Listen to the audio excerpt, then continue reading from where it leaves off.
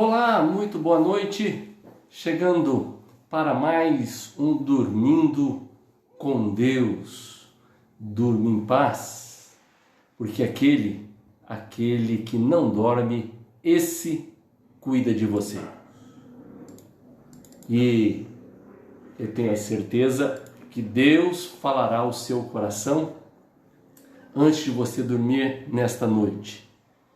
Estamos diretamente aqui de Barão Geraldo, da minha casa, aqui no final, próximo ao Seminário Nazareno, e quero fazer um convite para que essa semana que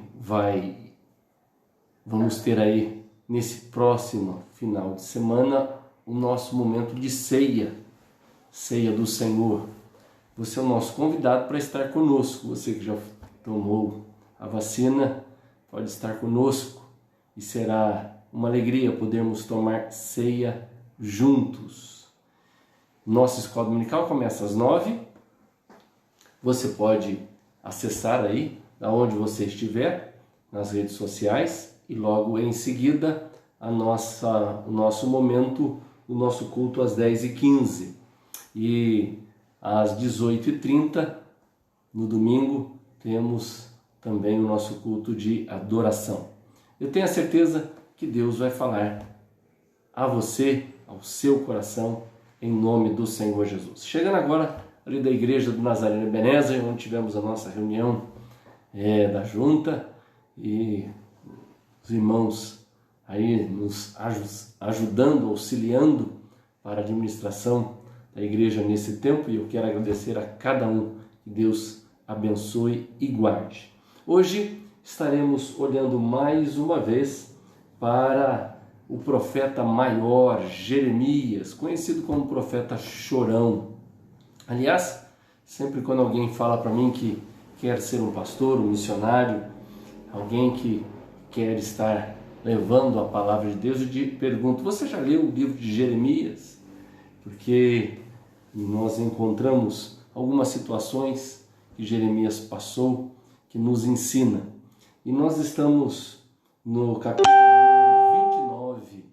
capítulo de número 29 de Jeremias, onde o profeta escreve uma carta para aqueles que foram levados cativos para a Babilônia. E nessa carta ele está dizendo: olha, vocês podem aí arrumar a casa, se casar, porque o exílio será de 70 anos. E eles ficaram 70 anos na Babilônia, mas em meio à situação de crise por causa da consequência do pecado. O Senhor havia avisado, o Senhor havia mandado os seus profetas. O Senhor nunca exerce juízo antes de anunciar. Ele sempre anuncia. E ele havia anunciado, havia falado, mas não deram ouvidos, não creram no Senhor, viraram as costas, creram nos ídolos das nações vizinhas. E então a consequência do pecado chegou e eles foram levados cativos para a Babilônia. Vimos ontem parte desse pequeno trecho onde nós podemos aprender 3 lições especiais. E essas 3 coisas que Deus quer que a gente faça na hora da crise foi o que a gente viu, começamos a ver em Jeremias capítulo 29. Primeiro, haja antes de reagir. Tenha uma atitude e não simplesmente reaja. Segunda, olha, seja realista biblicamente.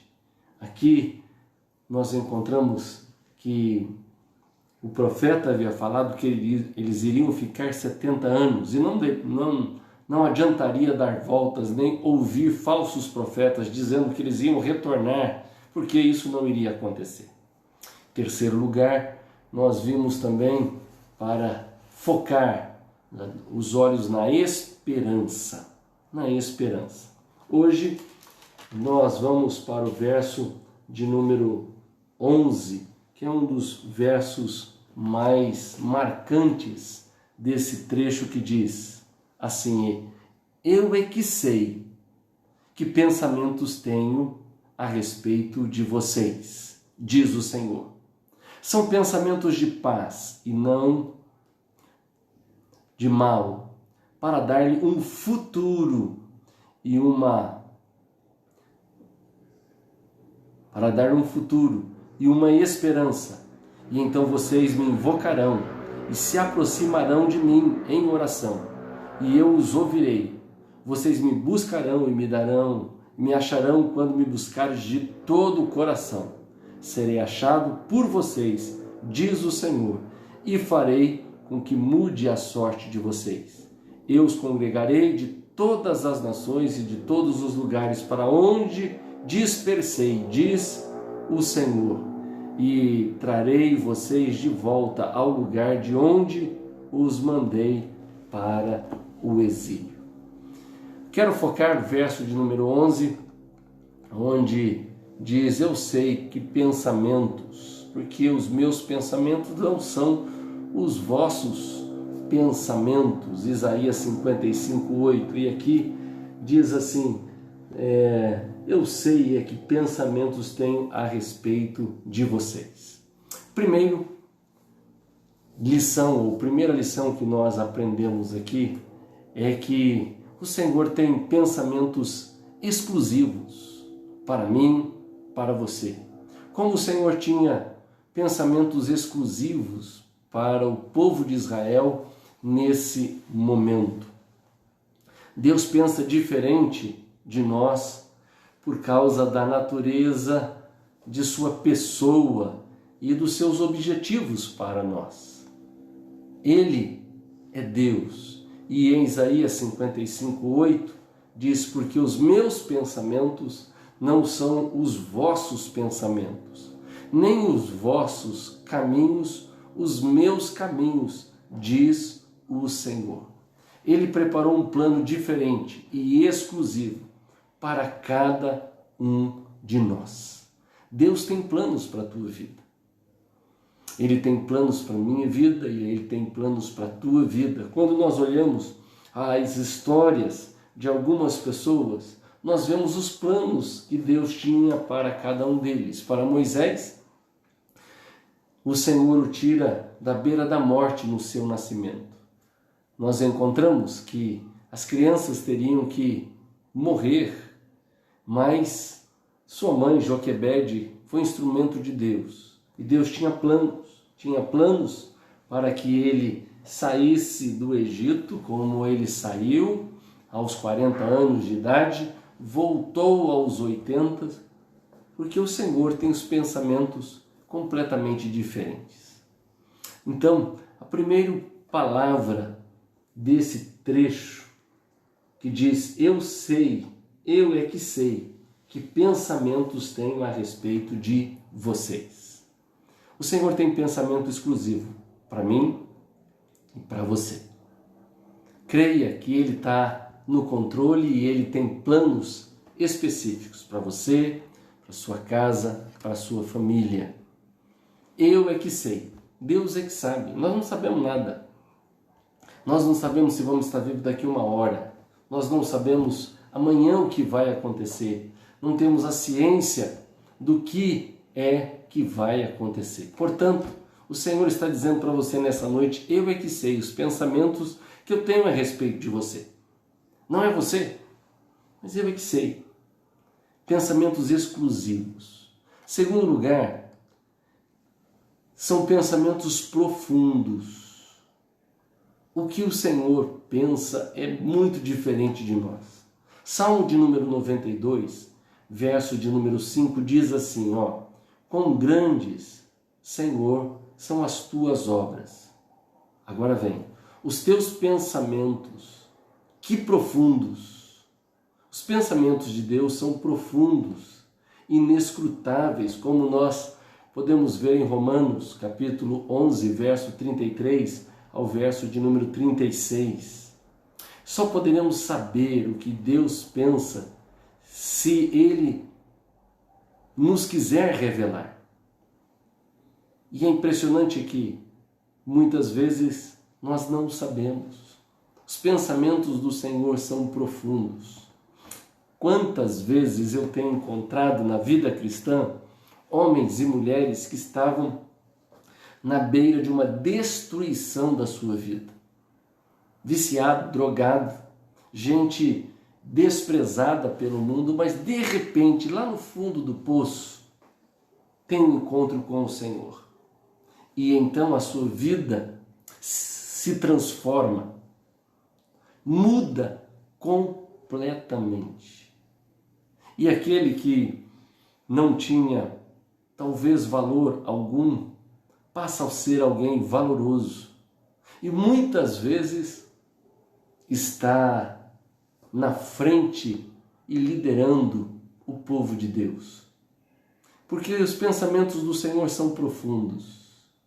Tão profundos que talvez você sonhou, pensou, imaginou como ia ser a sua vida. Olha só agora. Veja como o Senhor, na sua história, na sua vida, tem te levado a lugares que você nem imagina, sonha. E como tem sido extraordinariamente maior e melhor do que o Senhor, de que você tinha imaginado ou pensado. Primeiro, os pensamentos do Senhor são exclusivos. Aquilo que é para você e não para mim. Ele tem algo exclusivo, especial, único para você. Segundo, os pensamentos do Senhor são profundos, que a gente não consegue imaginar. Terceiro, esse texto nos revela também que os pensamentos, olha só, são de paz. Observe o que Deus diz, pensamentos de paz. A palavra paz significa bem-estar social e individual, muito mais do que ausência de guerra. Não é só ausência de guerra, é muito mais. É bem-estar social e individual. Porque é possível a gente estar vivendo em um momento de muita guerra e estar em paz. Deus quer o melhor para cada um de nós. Infelizmente, nós só pensamos mal uns dos outros e até duvidamos de que a vontade do Senhor seja boa, agradável e perfeita. Jesus é a maior prova de que Deus pensa o melhor para nós. Ele é a verdadeira paz. Ele disse em João 14, 27, deixo-vos a paz. A minha paz vos dou. Não vou-la dou como a dá o mundo. Não se turbe o vosso coração, nem se atemorize. O Senhor tem pensamentos de paz. Que bom, que maravilhoso. E é tão tremendo porque às vezes o mundo à nossa volta tem pensamento de morte. Daniel na cova dos leões, o mundo à volta dele tinha pensamento de morte. Agora acabamos com Daniel. Mas na cova dos leões, Deus tinha pensamentos de paz. Porque os leões dormiram tranquilo e Daniel também. Depois, aqueles que foram jogados na cova dos leões não conseguiram chegar ao fundo da cova, já tinham sido trucidados. Sadraque, Mesaque e Abidnego, à sua volta tinha pensamento de morte, de destruição. Agora nós acabamos com a vida deles. Vamos mandar na fornalha aí, ponto final. Mas o Senhor tem pensamentos de paz. Eles dentro da fornalha, o anjo estava lá. E o Senhor tinha pensamentos de paz. Olha só, que coisa tremenda nós podemos encontrar na palavra de Deus, Paulo e Silas, numa prisão, açoitados, à noite, meia-noite, cantando e orando. O Senhor tem pensamentos de paz. De repente, sacode aquela prisão, os portões são abertos, o carcereiro quer se matar e não deixam. Daqui a pouco o carcereiro estava limpando as feridas do apóstolo Paulo e Silas, e o carcereiro pergunta: o que é que eu preciso fazer para ser salvo? E então é dito: crê no Senhor Jesus e será salvo você e a sua casa.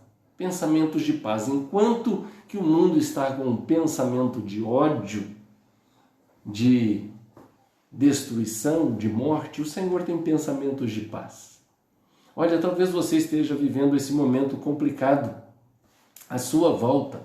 O momento parece que não é nada de paz. Parece uma verdadeira turbulência. Parece ser um momento complicadíssimo. Mas o Senhor está dizendo: eu sei que pensamentos têm a vosso respeito. Pensamentos de paz. De paz. Olha, por mais que você esteja vivendo esse momento traumático, complicado, difícil, de pressão, de crise, como o contexto do texto que nós estamos vendo era um contexto em que foram levados cativos para a Babilônia. Iam passar 70 anos ali, mas o Senhor está dizendo: eu sei que pensamentos têm a vosso respeito. E vocês vão voltar, vai existir um momento que então vocês me invocarão e se aproximarão de mim em oração e eu os ouvirei. Mas aquele momento era de muita turbulência. Mas o Senhor tem pensamentos de paz a meu respeito, seu respeito, a nosso respeito. Ainda, quando nós olhamos o quarto e último pensamento que o Senhor tem sobre nós, são pensamentos agradáveis. Veja só, a finalidade dos pensamentos de Deus para nós veja o que diz o verso 11 no final: para vos dar o fim que desejais. Deus planejou um futuro agradável para cada um. O fim que desejais ou esperais, por se entendido como um futuro e uma esperança. O profeta Isaías diz: também através dos teus juízos, Senhor, te esperamos. No teu nome e na tua memória está o desejo da nossa alma. Isaías 26, verso de número 8. Quando nós olhamos para a palavra de Deus, temos diversos exemplos de pessoas que tiveram os seus desejos satisfeitos. Salmo 21, verso de número 2, diz: satisfaze-lhe o desejo do coração e não lhe gaste as súplicas dos seus lábios. O Senhor tem pensamentos agradáveis, embora nós não entendemos, mas pensamentos agradáveis. Voltando à história de Daniel, os pensamentos eram tão agradáveis que quando ele saiu da cova dos leões, ele foi promovido. Quando Sadraque, Mesaque e Abednego saíram da fornalha ardente, as coisas ficaram melhores. É assim que o Senhor trabalha na nossa vida, é assim, dessa maneira, que o Senhor trabalha na nossa história. Primeiro, ele tem pensamentos exclusivos para cada um de nós. Para mim é diferente de você, para você é diferente do outro. Segundo, pensamentos profundos, que vão muito além, mas muito além do que a gente possa imaginar. Também, os pensamentos do Senhor são pensamentos de paz. De paz. Graças a Deus. De paz. E paz não é simplesmente ausência de guerra, mas é o bem-estar social e individual. Também o Senhor tem pensamentos agradáveis. Agradáveis. E aqui no final diz: serei achado por vocês, diz o Senhor, e farei com que mude a sorte de vocês. Nessa noite, esta é a palavra de Deus para o seu coração. O Senhor tem pensamentos agradáveis. O Senhor tem pensamentos de paz. O Senhor tem pensamentos profundos. E o Senhor tem pensamentos exclusivos para mim e para você, em nome do Senhor. Vamos orar, Pai, diante do Senhor, que esta palavra penetre no profundo do nosso coração, que venhamos ser tocados por Ti, transformados pela Tua palavra.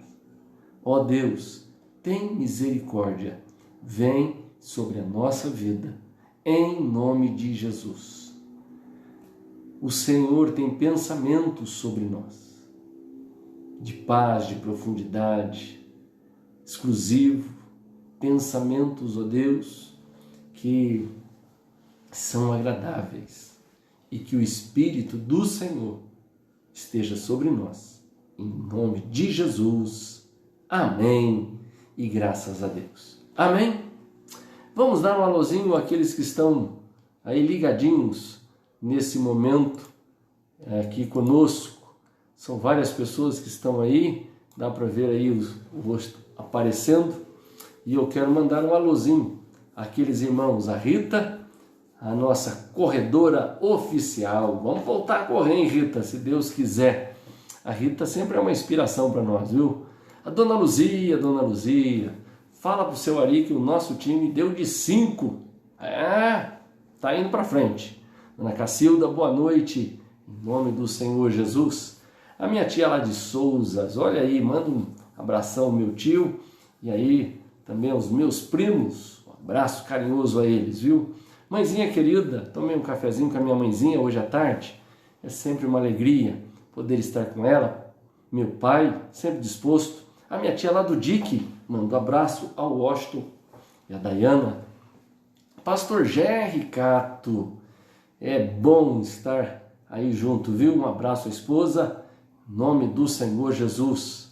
Que Deus te abençoe e te guarde. Pastor Gerry está conhecendo lá Três Corações.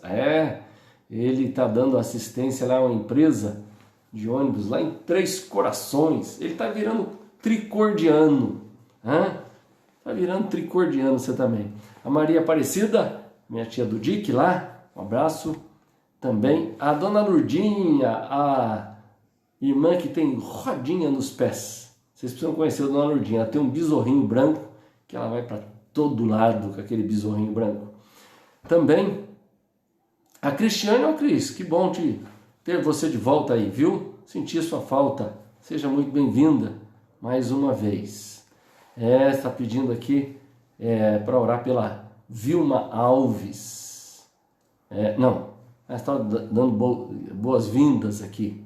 Sirlene. Estamos orando pela a Sirlene e a Selma. É as duas. Preciso de notícia, como é que elas estão? Nós estamos orando já há uns 3, 4 dias. Se eles estão melhor, como estão? Manda aí pra gente como é que eles estão. A Cris está dizendo aqui, obrigado. É bom ter de volta, viu? Vamos orar. Manda um abraço ao seu marido, Cris. Faz tempo que eu não o vejo. Um abração. E mais uma vez, quando passar tudo isso, nós vamos nessa pracinha aí. Pracinha do Idurger. Tomar um chá. Pracinha do Idurger. Jamais esqueço. Gostei demais daquela placa lá. Sempre boas lembranças. Muito bem. Nós vamos orar aqui pela Silene e a Selma, pelo nosso país, para que Deus tenha misericórdia em nome de Jesus. Vamos. Senhor nosso Deus e nosso Pai, nós, ó Deus, clamamos pela Silene e pela Selma. Senhor, temos orado por elas, não sei como elas estão, mas que o Senhor coloque as suas mãos de graça, de misericórdia sobre a vida delas, em nome do Senhor Jesus. Faz um milagre, Senhor, restaura, traz saúde para louvor, honra e glória do nome do Senhor Jesus. Oramos pela nossa nação, tem misericórdia. São tantos infectados. Oramos pelos médicos, ó Deus, que estão numa luta tão grande, os enfermeiros, ó Deus, os atendentes, aqueles que fazem o exame do Covid, aqueles, ó Deus, que estão trabalhando na limpeza para tirar todo o vírus que a gente nem enxerga, nem vê. Que o Senhor, ó Deus, possa protegê-los, guardá-los, em nome de Jesus. Que eles venham, ó Pai, ter a família abençoada e com saúde para louvor do Teu santo nome. Senhor, dá-nos, ó Deus, a Tua direção.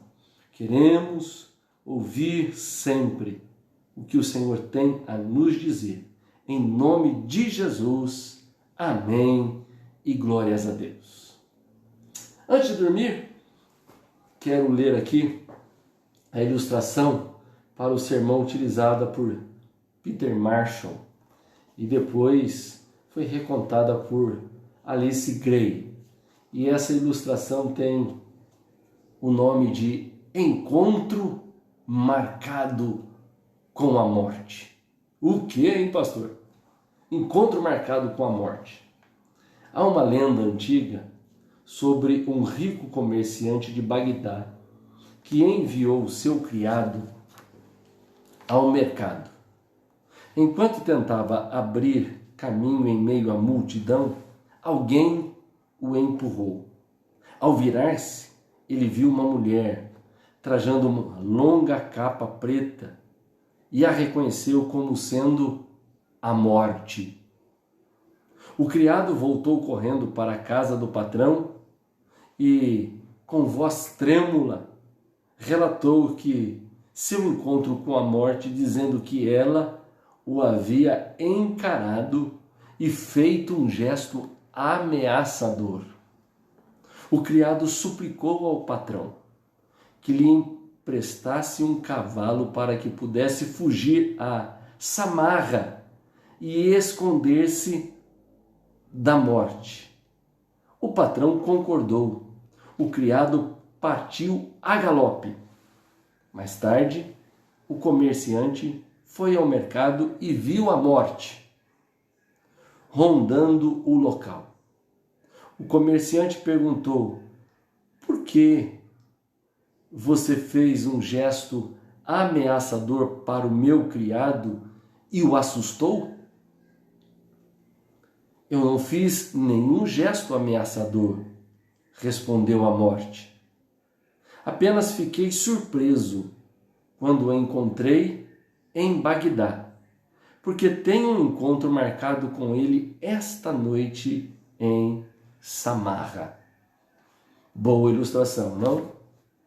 A gente tenta fugir da morte, mas um dia todo mundo vai ter um encontro com ela. O grande segredo é estar preparado. Você está preparado? Você está preparado? O dia e a hora, a gente não sabe. O criado fugiu de Bagdá, foi para Samarra, pensando que estava fugindo da morte. A morte disse para o chefe dele: tem um encontro marcado com ele em Samarra essa noite. Que o Senhor nos ajude e que essa ilustração possa fazer te despertar. Esse é um momento especial de preparar a nossa vida para encontrar com o nosso Senhor. O dia e a hora, eu não sei, você não sabe. O importante é estarmos preparados em nome de Jesus. Que Deus te abençoe, uma boa noite, durma em paz, porque aquele que não dorme, esse cuida de você sempre em nome de Jesus.